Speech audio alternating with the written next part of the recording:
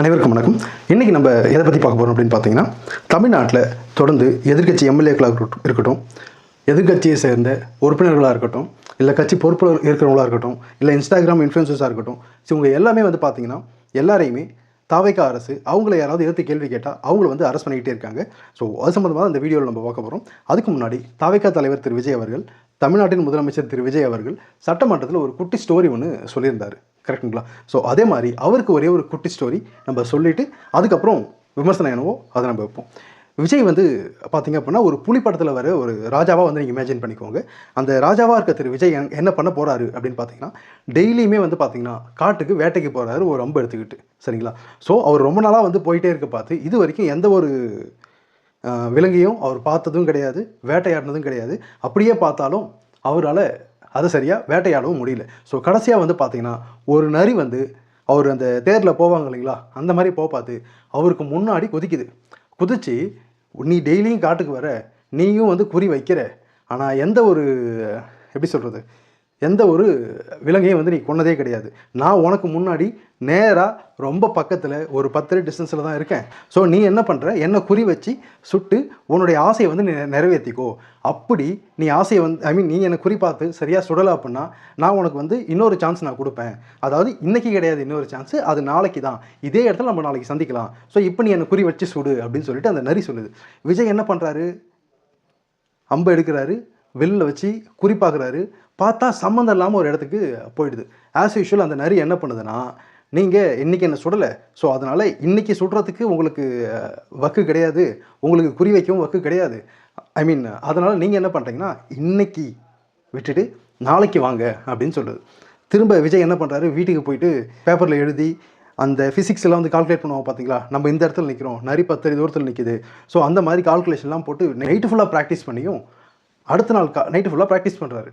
அடுத்த நாள் காலையில் மறுபடியும் அவங்களுடைய படை பரிவாரங்கள்லாம் கூட்டுக்கிட்டு அதே வழியில் போயிட்டே இருக்காரு.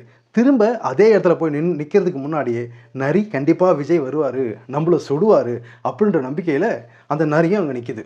ஸோ அப்போ என்ன பண்ணுறாரு, திரும்ப வில் அம்பு எடுத்து அந்த நரியை சுடுறாரு. அப்பையும் 100% கன்ஃபார்மாக அந்த நரி மேலே போய் அந்த அம்பு பட்டு நரி சாவுன்னு நினச்சா மறுபடியும் சம்மந்தமே இல்லாத ஒரு இடத்துல போய் அந்த அம்பு குத்துது. அப்பையும் அந்த நரி என்ன சொல்லுது, மன்னாதி மன்னா, நீங்கள் பார்த்தீங்கன்னா என்னை சுடுறதுக்கு 10 அடி தூரத்தில் நான் நிற்கிறேன், நாளைக்கு நீங்கள் வாங்க, இன்றைக்கி உங்களால் என்னை கரெக்டாக சுட முடியல, நாளைக்கு ஒரு 5 அடி தூரத்தில் நிற்கிறேன், அப்போவாது நீங்கள் என்னை குறி பார்த்து சுடுறீங்களா பார்ப்போம் அப்படின்னு சொல்லிட்டு நாளைக்கு வாங்கன்னு சொல்லிட்டு ஒரு வாய்ப்பை கொடுத்து அனுப்புது. திரும்பவும் விஜய் போகிறாரு, உட்கார்றாரு, ஆஸ் யூஷுவல் அந்த கால்குலேஷன்லாம் போட்டு அம்பு எடுத்து சுட்டி ப்ராக்டிஸ் பண்ணுறாரு. அதில் அவர் கொஞ்சம் சாட்டிஸ்ஃபைட் ஆனதுனால மறுபடியும் 3வது நாளும் போகிறாரு. 3வது நாள் பார்த்து என்ன பண்ணுறாரு, திரும்பவும் அதே மாதிரி அந்த கரடி ஒரு 5 அடி தூரத்தில் நிற்கிது. அப்போவாவது அந்த கரடி அவர் கரெக்டாக சுட்டுருப்பாரா அப்படின்னு பார்த்தா கரெக்டாக வேறு இடத்துல சுட்டுட்டார். ஸோ அதுக்கு அந்த கரடி திரும்ப என்ன சொல்லுது, மன்னா நீங்கள் பார்த்தீங்கன்னா ஒரு தமிழ்நாட்டுக்கே நீங்கள் மன்னனாக இருக்கீங்க, ஸோ நீங்கள் தோக்குறது எனக்கு மனசு கஷ்டமாக இருக்குது, நான் என் உயிரை கொடுத்தாவது நான் நாளைக்கு 3 அடி தூரத்தில் நிற்கிறேன், 3 அடி தூரத்தில் நிற்கிறதுனால நீங்கள் என்னை கத்தி எடுத்து வெட்டக்கூடாது, மறுபடியும் நீங்கள் நம்பால தான் நீங்கள் சுட்டு சாவடிக்கணும், ஆனால் நீங்கள் வெளியில் போய்ட்டு நீங்கள் என்ன வேணால் சொல்லிக்கோங்க, பிரச்சனை கிடையாது, ஆனால் நாளைக்கு தான் அந்த வாய்ப்பு உங்களுக்கு அப்படின்னு சொல்லி அனுப்புது. நாளைக்கும் பார்த்தீங்கன்னா தாவேக்கா தலைவர் திரு விஜய் அவர்கள் என்ன பண்ணுறாரு, நைட்டு உட்காந்து ப்ராக்டிஸ் பண்ணுறாரு, எப்படி அதை சுடுறது, அந்த மறுபடியும் ஆஸ் யூஷுவல் கால்குலேஷன்லாம் போட்டு. ஸோ அதுக்கு அடுத்த நாள் காலையில் திரும்பவும் போகிறாரு. அது சொன்ன மாதிரியே அந்த நரி தன் உயிரையும் பொருட்படுத்தாமல் 3 அடி தூரத்தில் நிற்கிது. அப்போயாச்சும் கரெக்டாக குறி வச்சு அந்த நரியை சுடுவாரான்னு பார்த்தா நரி முன்னாடி இருக்குது, அவர் விட்டு அம்பு பின்னாடி போகுது. ஸோ கோவப்பட்ட நரி என்ன பண்ணுது, மன்னா உங்களுக்கு அம்பு தான் கூட தெரியல, கத்தியாலாவது வெட்ட தெரியல, நாளைக்கு உங்கள் பக்கத்தில் நிற்கிறேன், அப்போவாது எனக்கு கத்தியாலாவது வச்சு சாவடிச்சிருப்போங்க, என் வாழ்நாளில் இந்த மாதிரி ஒரு கேடு கெட்ட கேவலம் கெட்ட ஒரு கேனத்தனமான ஒரு மன்னனை நான் பார்த்ததே கிடையாது அப்படின்னு அந்த நரி மனசில் நினைக்கிது. சொல்லலை, நானும் மனசில் தான் நினைக்கிறேன், அந்த நரி நினச்சதை நான் உங்ககிட்ட சொல்கிறேன். சரிங்களா? ஸோ திரும்பவும் போகிறாரு, வால் பயிற்சிலாம் நைட்டில் போய் எடுக்கிறாரு. அடுத்த நாள் காலையில் திரும்பவும் வராரு, நரி ரொம்ப பக்கத்துலேயே நிற்கிது. அவர் என்ன பண்ணுறாரு, கத்தியால் வெட்ட வராரு. ஆனால் அந்த கத்தி அந்த நரியோட தலையில் இருக்க முடியை கூட டச் பண்ணல. ஸோ அப்போ அந்த நரி ஒரு வார்த்தை சொல்லுது, நீங்கள் உண்மையாகவே வேட்டையாட தான் வரீங்களா, இல்லை வாயில் ஏதாவது வந்துடும் வேணான்னு பார்க்குறேன், இதுவும் விஜய் சொன்னது தான். ஸோ அதனால் நீங்கள் உண்மையாகவே வேட்டையாட தான் வந்தீங்களா, இல்லை என்னை வெறுப்பேற்றத்துக்கு வரீங்களா அப்படின்னு சொல்லிட்டு அந்த நரி கோவப்பட்டு கத்த ஆரம்பிச்சிடுது. உடனே விஜய் என்ன பண்ணுறாரு, கோச்சிக்கிட்டு போயிடுறாரு. அந்த நரி கேட்குது, நீங்கள் உண்மையாகவே அரசாங்கம் நடத்த தான் வரீங்களா, இல்லை அப்படின்னா எல்லாரையும் கைது பண்ண வரீங்களா அப்படின்னு சொல்லி அந்த நரி வந்து அவரை பார்த்து, அதாவது அவர்னா விஜயை பார்த்து கேள்வி கேட்குது. இதனால் விஜய் அசிங்கப்பட்டு மன்னரை பதவியை ராஜினாமா பண்ணிடுவார் அப்படின்னு கேட்டால் அதெல்லாம் வந்து அவர் கண்டிப்பாக பண்ணவே மாட்டார். அதுக்கு அந்த கரடி கேட்குது, நீங்கள் உண்மையாகவே ஆட்சி செய்ய தான் வரீங்களா, இல்லை உங்களுக்கு எதிராக பேசுகிறவங்க, உங்களுக்கு எதிராக எதிர்கருத்து வைக்கிறவங்களாம் வந்து கைது பண்ண தான் ஆட்சிக்கு வந்தீங்களா அப்படின்னு சொல்லிட்டு இந்த கேள்வியை கரடி மட்டும் கேட்கல, ஜட்ஜும் நிறைய பேர் வந்து கேட்டிருக்காங்க. ஸோ இந்த மாதிரி கைதுகள் வந்து தொடர்ந்து நடந்துகிட்டு இருக்க காரணத்தால் ஜட்ஜும் இதே கேள்வியை தான் விஜய் வந்து கேட்டுக்கிட்டு இருக்காங்க. தமிழ்நாட்டுடைய முதலமைச்சரை கேள்வி கேட்டுக்கிட்டு இருக்காங்க. ஸோ இப்போ ரீசெண்டாக வந்து பார்த்திங்க அப்படின்னா இன்றைக்கி காலையில் ஒரு எம்எல்ஏ, தூத்துக்குடி மாவட்டத்தில் இருக்க ஒரு எம்எல்ஏவை மீண்டும் கைது பண்ணியிருக்காங்க.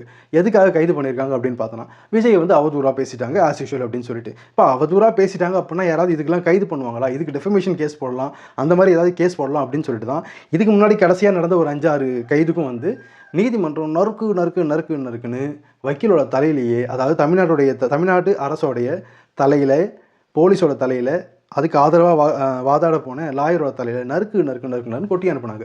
ஸோ அதுக்கப்புறமாச்சும் திருந்தினாரா அப்படின்னு பார்த்தீங்கன்னா, அதுக்கப்புறமும் இது வரைக்கும் விஜய் திருந்ததுக்கான வாய்ப்பே கிடையாது. ஸோ இதுக்கு முன்னாடி யாரை கைது பண்ணாங்க அப்படின்னு பார்த்தீங்கன்னா, தூத்துக்குடி திருச்செந்தூர் எம்எல்ஏ வந்து பார்த்தீங்கன்னா அனிதா ராதாகிருஷ்ணன் இருந்தார். அவரையும் வந்து அதே காரணத்துக்காக தான் கைது பண்ணாங்க. பட் இப்பயும் வந்து பார்த்தீங்கன்னா அதே மாவட்டத்தில் இருக்க விளாத்திக்குளம் எம்எல்ஏ மார்கண்டேயன் அவர்களையும் வந்து பார்த்தீங்கன்னா அதே மாதிரி தான் மறுபடியும் கைது பண்ணியிருக்காங்க. பட் இதுவாச்சும் அவருக்கு வந்து பார்த்தீங்கன்னா ஒரு ரிமாண்டாச்சும் பண்ணுவாங்களா அப்படின்னு கேட்டால் ரிமாண்டை அவங்கள பண்ண முடியாது இந்த கேஸுக்கு. ஏன்னா லாஸ்ட் டைம் ஒரு திமுகவுடைய ஐடி விங்கில் வந்து ஒரு 3 பேர் கைது பண்ணாங்க. அந்த 3 பேரில் 2 பேருக்கு வந்து பார்த்தீங்க அப்படின்னா கோர்ட்டே வந்து பார்த்தீங்கன்னா விட்டுடுச்சு. ஆனால் இதுக்கு முன்னாடி கைது பண்ணாங்க இல்லைங்களா, அவங்கள எல்லாரையும் வந்து பார்த்தீங்கன்னா அதே மாதிரி தான் கோர்ட் வந்து விட்டுச்சு. அதாவது என்ன அப்படின்னா, இவங்களால ஒரு கேஸ் கூட வந்து பார்த்தீங்கன்னா எந்த கேட்டகரியில் போடணும், எந்த அந்த லாக்குன்னு சொல்லி ஒரு கோட் இருக்கும், அந்த கோடில் போடணும், அதை பற்றி எதுவுமே தெரியாமல் அவங்க இஷ்டத்துக்கு வந்து பார்த்தீங்கன்னா ஒரு கேஸை போடுறாங்க. பட் ஆனால் கோர்ட்டு அந்த நரிக்காத மாதிரி தான், உண்மையாகவே நீங்கள் கைது பண்ணி ரிமாண்டில் வைக்க தான் வரீங்களா, இல்லை அப்படின்னா என்கிட்ட திட்டு வாங்கிட்டு போகிறதுக்காக நீங்கள் வரீங்களா அப்படின்ற ஒரு சினாரியோ தான் வந்து பார்த்தீங்கன்னா இதுக்கும் வந்து அப்ளிகபிள் ஆகுது. இதுக்கு முன்னாடி இந்த மாதிரி திமுக ஆட்சியில் கைது பண்ணியிருக்காங்களா அப்படின்னு கேட்டால் கண்டிப்பாக கைது பண்ணியிருக்காங்க. நிறைய பேர் கைது பண்ணியிருக்காங்க. எனக்கு தெரிஞ்சு நிறைய விஷயத்துக்கு கைது பண்ணியிருக்காங்க. ஆனால் எந்த ஒரு கேஸ்லையுமே வந்து பார்த்திங்கன்னா யாரையுமே வந்து கோர்ட்டு விடுவிக்கல, எல்லாருமே ரிமாண்டில் போட்டிருக்காங்க. ஏன் திமுக ஆட்சியில் கைது பண்ணவங்களை ரிமாண்டில் போட்டாங்க, விஜயோட ஆட்சியில் கைது பண்ணவங்களை ரிமாண்டில் கூட போடாமல் விடுவிச்சு அனுப்பி அதாவது தமிழ்நாட்டுடைய அரசாங்கத்தை கண்டித்து அனுப்புகிறாங்க அப்படின்னா அவங்க பண்ணது பெரிய குற்றம். அதாவது அசிங்கமாக பேசுறது, ஸோ தப்பாக பேசுறது, தேவையில்லாத பொய் வதந்திகளை வந்து பரப்பி விடுறது. ஸோ இந்த மாதிரி விஷயங்கள்லாம் யார் பண்ணிகிட்டு இருந்தா அப்படின்னு பார்த்தீங்கன்னா திமுக ஆட்சியில் இருக்க பார்த்து ஏடிஎம்கே ஐடி விங்காக இருக்கட்டும், என்டிகே ஐடி விங்காக இருக்கட்டும், ப்ளஸ் பிஜேபியோட ஐடி விங்காக இருக்கட்டும். ஸோ இந்த மாதிரி கட்சிகளோட ஐடி விங்கும் பார்த்தீங்கன்னா தப்பாக பேசிகிட்டு இருந்தாங்க. அதனால் சாட்சிகளோடு எடுத்துகிட்டு போய் கோர்ட்டில் நிறுத்தினா கோர்ட்டால் எதுவுமே பண்ண முடியாது. அவங்கள அரெஸ்ட் பண்ணி ஜெயிலில் தான் வைக்க முடியும், அதாவது ரிமாண்ட் தான் பண்ண முடியும். பட் ஆனால் அதுவே தாவேக்கா ஆட்சியில் என்ன நடக்குது அப்படின்னு பார்த்தீங்கன்னா எது பேசினாலும் அரெஸ்ட் பண்ணுறாங்க. ஏதாவது ஒரு எதிர்கருத்து வச்சா கூட அவங்கள அரெஸ்ட் பண்ணி ரிமாண்ட் வைக்க போகிறாங்க. ஜட்ஜி மறுபடியும் உண்மையாகவே நீங்கள் வந்து அரசாங்கம் தான் நடத்துகிறீங்களா, இல்லை வேறு ஏதாவது நடத்துறீங்களா அப்படின்ற ஒரு கேள்வியை இன்டெரக்டாக கேள்வி கேட்டு இவங்கள அனுப்பிக்கிட்டு இருக்காங்க. ஸோ இதோட முடிஞ்சிருமா அப்படின்னு பார்த்தீங்கன்னா இதோட கண்டிப்பாக முடிய போகிறது கிடையாது. யார் விஜய் எதிர்த்து விஜயை முன்னாடி பார்த்தோ இல்லை ஒரு ஃபோட்டோவை பார்த்து தும்பினா கூட என்னுடைய முகத்தில் வந்து என்னுடைய ஃபோட்டோவை வச்சுக்கிட்டு என்னை அசிங்கப்படுத்துகிற மாதிரி பண்ணிட்டாங்க அப்படின்ற ஒரு காரணத்துக்காக கைது பண்ணுறதுக்கும் வாய்ப்புகள் இருக்குது. ஸோ ஆக்சுவலாக நம்ம ஒரு கட்சி நடத்துகிறோம், நம்ம வந்து ஒரு முதலமைச்சர் ஆகிறோம், நம்ம ஒரு கட்சிக்கு தலைவராக இருக்கோம் அப்படின்னா நமக்கு வந்து பார்த்திங்கன்னா ஃபஸ்ட்டு ஒரு சகிப்புத்தன்மை வேணும் அப்படின்னு சொல்லுவாங்க. நம்ம மேலே எதிர்கருத்து ஒருத்தவங்க வைக்கிறாங்க அப்படின்னா அந்த எதிர்கருத்து எதனால் எதிர்கருத்து வைக்கிறாங்க அப்படின்றத தான் நம்ம வந்து பார்த்து அதை சரி செய்யணும். கரெக்டுங்களா? உங்களை வந்து அசிங்கமாக பேசியிருந்தாங்க அப்படின்னா தாராளமாக நீங்கள் அரெஸ்ட் பண்ணி நீங்கள் அவங்கள ரிமாண்டை வைக்கலாம். கரெக்டுங்களா? மற்றபடி சும்மா போகிற போக்கு ஒரு ஸ்டேஜில் நின்று ஒரு பேச்சாளர் பேசுறதுக்கெலாம் நீங்கள் வந்து கோவப்பட்டு கைது பண்ணணும் அப்படின்னு நினச்சிங்கன்னா கிட்டத்தட்ட இன்னும் கொஞ்ச நாள் ஆச்சுன்னா நீங்கள் ஆட்சி செய்கிற லட்சணத்தை பார்த்து பொதுமக்களே இந்த மாதிரி பேச ஆரம்பிச்சிருவாங்க. எத்தனை பேரை கொண்டு போய் நீங்கள் ஜெயிலில் வைக்க முடியும் அப்படின்றது யாருக்குமே தெரியாது. ஸோ இதுக்கப்புறமாச்சு நீங்கள் என்ன பண்ணுறீங்க, கொஞ்சமாச்சு யோசிங்க. எதனால் அந்த விமர்சனம் வச்சாங்க? ஆக்சுவலாக அந்த விமர்சனம் வச்சதே வந்து பார்த்தீங்கன்னா பழனியில் அங்கே இருக்கிற அந்த 1.4 ஏக்கர் நிலத்தை 200 கோடி ரூபா மதிப்புள்ள நிலத்தை 2 கோடி ரூபாய்க்கு பத்திரப்பதிவு போட்டிருக்காங்க. கரெக்டுங்களா?